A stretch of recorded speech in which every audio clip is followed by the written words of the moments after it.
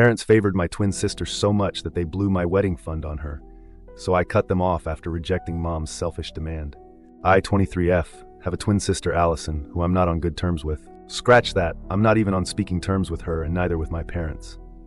We used to be at least on talking terms in spite of the way I've been treated in the past, but for the last 2 years I've kept my distance, and they hadn't bothered to reach out to me either until recently. Allison is 12 minutes older than me, and by default the golden child because she's older. My parents only wanted one kid because that's what they had planned for, and they didn't have the means to raise two. But by the time they found out, it was too late, and Mom didn't want to risk anything. I found out about this around the time I was in high school from my drunk uncle at a Thanksgiving party. And that was pretty much the day I stopped trying to win my parents over. They'd done the most natural things somebody in those circumstances could do.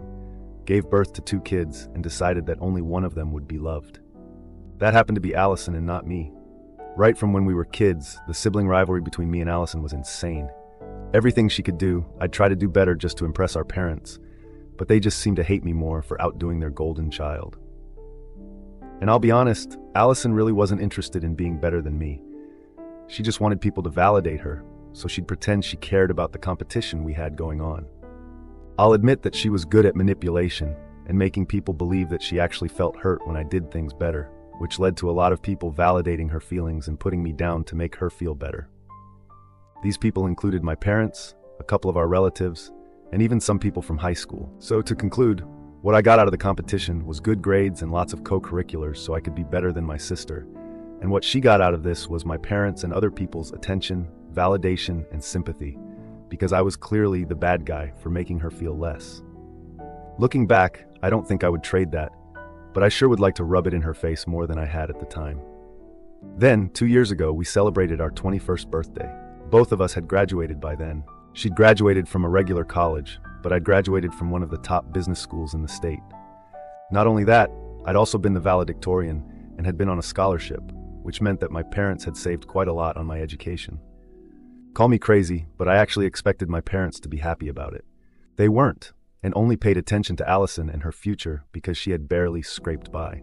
Both of us had moved back home, but while I was working from home at a firm as an intern already, Allison was still looking for jobs and getting rejected left and right. My parents cared more about that and hadn't even bothered to congratulate me or anything. I couldn't say I was surprised, but I sure was disappointed. I tried to hide it because at the time I was still living with my parents and hadn't saved up enough to move out yet, so I decided I'd just keep my mouth shut about my feelings. But after our 21st birthday, I just couldn't anymore. I expected them to do something big for us, but the day before our birthday, I discovered that everyone had left me home alone. And all that they'd left for me was a note that said they were heading to the beach with Allison and her friends and would be back after a couple of days. I still remember being absolutely shattered when I read that note, because they'd taken Allison and her friends on a beach trip, while all I got was a happy birthday note and a $50 gift card. A lot of things had been unfair about my childhood, but that was where I drew the line. It was just so hugely disappointing and heartless of them that I decided to move out that day and never look back. I had a couple of friends who were willing to let me stay with them until I found a place of my own, and I could afford it. Which wouldn't take long because the firm I was interning at was probably going to hire me after the internship was over. So I just needed a place to live for 2 months at most. I packed my stuff and moved in with a friend of mine without telling my parents or sister, and haven't looked back even once. Neither did they miss me enough to ask me to come back. They did call me on my birthday the day after I moved out, but not to wish me. They wanted to tell me that they'd be back soon and said that I should probably get a plumber to get the tap fixed. I told them that I wasn't living at home anymore and that I'd moved out, thinking that at least that information would get a reaction out of them, but with no such luck. My parents seemed all right with it, and Allison didn't care, so that was it. That was the last time I had a proper conversation with my family. Since then, I haven't gone back to see them, and neither have I heard from them. I did hear about Allison sometimes from my friends a couple of times, and that's how I stayed updated on her life, but that's about it. They didn't know anything about my parents, and my parents didn't know anything about me. I've worked hard over the past 2 years, and now I have a place of my own. It's not a mansion, but it's a nice apartment in a good neighborhood. The rent is affordable with my income, which is great because most people my age haven't been able to get here so quickly. I'm happy with how my life has turned out, and I've tried my best to keep my family out of my head. I know that Allison got married a couple of months ago to some businessman, almost 10 years older than her, and is now living it up in California. I thought all was okay with my family, but 2 days ago, I received a call from my uncle telling me that I had to come to visit my parents quickly because they'd been in a really bad car crash and wanted to see me. I rushed to the hospital as soon as I could because, of course, I'm not that heartless. Upon reaching, I found out that they'd already been in the hospital for a couple of days and were healing from their injuries. A truck had hit their car and they'd survived but with serious injuries. They didn't have health insurance because my dad had always believed that if we just took care of ourselves, we wouldn't need the hospital at all, which is by far one of the most idiotic takes I've ever heard. They'd first contacted my sister, but she'd told them that she wasn't going to come back, and neither was she going to help them. Apparently, it was tacky of our parents to ask for financial help from their rich son-in-laws so soon after their wedding, and she didn't want to seem like she was a gold digger to her husband. She didn't want to fly back either, because she couldn't just abandon her home and her 2 kids, who weren't even her own. They were her husband's kids from a previous marriage. But she was too busy playing happy family with her husband's family to come see her own parents in the hospital after a terrible car accident. But it's not like she could have helped them with the bills, even if she wanted to, because if her husband wasn't there for her, she wouldn't have been able to afford even the flight tickets back home, seeing as how she's just a stay-at-home mom now to kids who aren't even her own. So much for being the favorite daughter and the golden child. I couldn't believe that they hadn't even had the decency to call me first. But it got even more infuriating when my uncle said that my parents now wanted me to cover their medical expenses. It's obviously a huge amount, and it'll take me a long time to recover from a financial loss like that. I don't want to have to spend so much, especially on people who never cared for me or showed me any love my entire life. I know they have other family to take care of them, and even if I don't pay for them, someone else will. It's just that it'll probably be more humiliating for them to take money from others, and they'll definitely have to return it a lot sooner than they would have had to return the money to me. At least that's what they told me while requesting me to cover the bills, and even promised that I'd have the money back in no time. So I don't know. I'm in a tough spot right now. I can either humiliate my parents by refusing to pay their medical bills and look out for myself, or I can pay for them, lose out on my own money, and then keep waiting for them to return that amount. If I'm going to be totally honest, I'm not inclined to pay for them at all. We haven't spoken in the last 2 years, and things have been bad between me and my family for as long as I can remember. They're as good as strangers to me now, so I don't feel very compelled to help them out right now. But then that would mean I'm no better than Allison, which would suck. So aita for not wanting to help my parents pay their hospital bills after they were in a really bad car accident. Update 1, hey there, I decided not to help my parents. It was a really hard thing to do, but to be honest, I knew their bills would be taken care of, so they had nothing to be worried about. They'd only asked me because they didn't want to ask their other relatives and were being too egoistic. I haven't told them about it yet, though, because how do you even tell your family that you're not going to be helping your parents cover their medical expenses after they've been in such a terrible accident? It's been almost 5 days since I met them, and after reading the comments, I realized that I was still subconsciously competing with Allison. She didn't help our parents, so I felt the need to step up and prove that I was the better daughter or whatever. I guess I won't ever be able to get rid of that competitive streak no matter how hard I try. It's just who I am now. Most of the comments did say that it was stupid of my parents to not have health insurance, and I agree. It was really stupid of my father to discourage that, and had I been part of their lives, I would have made sure that he got insurance. He didn't even have his car insured because he thought he was that great of a driver.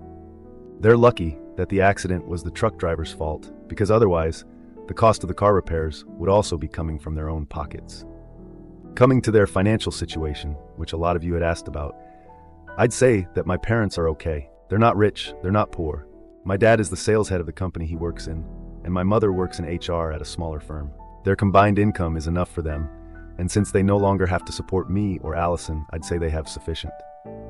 Growing up, Allison and I didn't have to worry about money, but of course, we couldn't live extravagantly either. We were in the middle, and we still are, but I can't figure out why my parents won't be able to pay for their bills themselves. If they can borrow money, but then promise to return the money eventually, then they can surely just pay the bills themselves. They haven't told me the reason why either, and I don't think I'll be able to find out after this either. Update 2. I told my parents that I won't be covering their expenses. They'd been calling me for the past week, and yesterday I finally realized that I couldn't just ignore them and let this go on until they were out of the hospital. So I answered their calls and told them that I'd thought about it, and I didn't think I felt the need to help them. As expected, they didn't take it very well and were very angry about it. My mom totally tore into me and yelled at me as loudly as was possible for her with her broken ribs, calling me ungrateful and stuff. The usual. My dad just told me that I was no longer their daughter and disconnected the call after my mom was done yelling at me. It didn't hurt the way I thought it would because I hadn't been their daughter for a really long time. I mean, I can't even remember the last time I felt loved by my parents. And they hadn't spoken to me on purpose or checked up on me for 2 years just because I'd moved out after they'd ignored me on an important birthday. So I'd never had parents anyway. I'm just gonna lead my life the way I was for the last 2 years, and probably even before that. This doesn't make that big of a difference to me like my parents had thought it would. Unfortunately, my uncle did call me after the phone call with my parents to give me another earful, but I hung up after the first couple of seconds because I didn't need this from others. They could think whatever they wanted about me. It just didn't matter to me at this point. My uncle then texted me to inform me that they still had another family to arrange the money from, and that since it had come to this now, my parents had decided to use the money from the fund they'd set aside for our wedding. They'd already blown more than half of the wedding fund on Allison's wedding, and whatever little money they had left after that, they'd spent on a Europe trip, which is why now they barely had any savings left, and that's why they couldn't pay for themselves. So that's one mystery solved. Of course, my uncle had told me everything to make me feel bad, but all it made me feel was relief that I hadn't spent my hard-earned money on my parents' bills. They'd spent their own savings irresponsibly, and that wasn't my fault. Their not having insurance because of their own delusional beliefs was also not my fault. Now they could borrow money from their relatives or go to hell, but I wasn't giving them anything. They weren't entitled to anything that of mine anymore. Not my time, and definitely not my money. Update 3. Hey, so something really weird happened today and I need to get this off my chest. I haven't been able to tell my friends about anything that's been happening with me, because most people I know right now haven't known me for long, and I don't think I want to reveal anything about my history with my family to these people right now. So Reddit is all I have. Anyway, it's been almost 2 weeks since I last spoke to my parents. A couple of hours back around the evening, Allison showed up at my place, and I was surprised by her sudden visit. Firstly, because I didn't think she'd know where I was living, but one of our old friends from high school told her the neighborhood I lived in, and she did some asking around to find out where I was, which was a lot of effort for her to undertake to meet me of all people. She also looks and acts very differently from what I remembered. She's become more refined and sophisticated, I think, and that's been a huge difference because earlier she used to talk like she was still in high school, but now she sounds more ladylike somehow, and even behaves better. Her way of dressing has changed, the jewelry she wears has changed, and even her makeup. It actually felt like I wasn't even talking to Allison today. Everything about her has aged all of a sudden, but one thing that hasn't changed is how she is as a person, I guess. You cannot put makeup on your heart and tell people to call it Mrs. Davis like she did with herself. Her personality and beliefs haven't undergone any renovation for sure. I let her in after she knocked at my door, and I was really surprised to see her, but I was also curious to know why she'd come by, so I decided to talk to her. After some small talk about her life, where she told me everything that she'd been up to, unprompted, and bragged about how fabulous her life was as a stay-at-home mom of 2 toddlers, married to a wealthy guy without anything to worry about except for her cuticles. I waited for her to get to the point while politely nodding at her boring speech about how wonderfully underrated being a traditional housewife was. She was even advising me to do the same. So I really couldn't wait for her to finish talking about irrelevant things and get to the damn point, which she did after about 15 minutes of talking about her life. She told me that she'd come back here on her own because our parents had apparently been begging her to come see them after the accident. They didn't want her money but just wanted her to be there for them. So after 2 weeks, she'd finally come back and figured she'd come to see me too so we could bury the hatchet. So far so good. But then she started complaining about how needy our parents were and that they were being disrespectful of her new family. She went on and on about how she had to abandon her 2 babies with their nanny just so she could visit them, and that she hated our parents for making her choose between them and her kids. I'll never be able to make sense of why exactly she keeps referring to them as her kids when they're obviously not hers. She told me a lot about her marriage and her husband, even though I hadn't asked. And from what I'd gathered, the guy she'd married had probably only married her to increase his chance of getting at least partial custody of his kids, which he did. But she thought that he actually loved her or something. He'd been in the custody battle for quite some time now, and since he was a full-time businessman, he didn't have enough time to spare for his kids. His ex-wife was using that against him, but then he announced that he was engaged and was getting married as soon as the divorce came through, and that tilted the scales for him. Allison told me all of this while bragging about how she had saved those kids, but it just sounded to me like her husband had used her. They hadn't even known each other for more than a year when he asked her to marry him, so it was very clear that he was not in love with her. Nobody falls in love that quickly, especially after a divorce, but she seemed blissfully unaware of it. Or maybe she knew that he didn't, but was willing to look past that because of the huge bank balance, and was okay with being a glorified nanny to her husband's kids. In addition to that, she was mad at her own parents for wanting her to be by their side after they'd been in a really bad accident, because that was somehow taking away from her time with her new family, which comprised a husband who probably didn't even love her, and 2 kids who were not related to her at all, and were doing just as fine with their nanny as they were with her. If the word ungrateful ever had a face, it would be Allison's. I'm no fan of my parents myself, but honestly, when she was talking to me about how they were being too needy, I couldn't even believe that this was the girl they'd rejected me over and over again for. Then she got to the point of her visit and told me that she'd be leaving in 2 days. She'd promised Mom and Dad that she'd stay for at least a month, but she claimed that she was already bored of listening to them talk about the accident and how they'd had the worst experience of their lives for the 10th time and needed to get back home soon. So now she wanted me to reconcile with them and take her place because she didn't want to feel the guilt of knowing that she'd abandoned her parents when they needed her to be there for them. She didn't know that they'd cut me off yet again because I refused to help them with the bills. Probably because they don't talk about me or even think of me. So they didn't bring that up with Allison.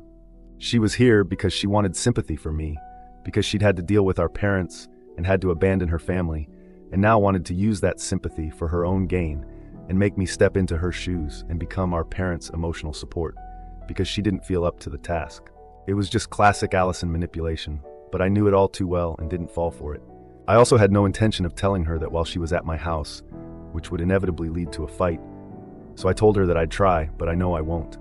She left after telling me to keep in touch, but we both know she doesn't mean that. I was actually glad to see the back of her because not only was she a terrible and narcissistic person, but she was also really boring to talk to. I could barely get a word in while she droned on about her uninteresting life in California. It basically just revolves around parties, her stepchildren, and her husband. She thinks she's living the life, but I thought it was really sad since clearly her husband doesn't love her, and her kids spend half of their time with their mom anyway. So of course, they're going to grow up to prefer their bio mom over Allison, and probably do so even now, from what I heard. But it's okay, because that's the life she chose for herself, and the life I choose for myself is going to be one that is far, far away from my family, because they're really undeserving of even a quarter of my attention or sympathy. If anything, today taught me that I've been right to distance myself from my parents and my sister, because I do not want to be part of these people's lives. They're incredibly selfish and cruel, and I highly doubt they're even capable of thinking of anyone apart from themselves, especially Allison.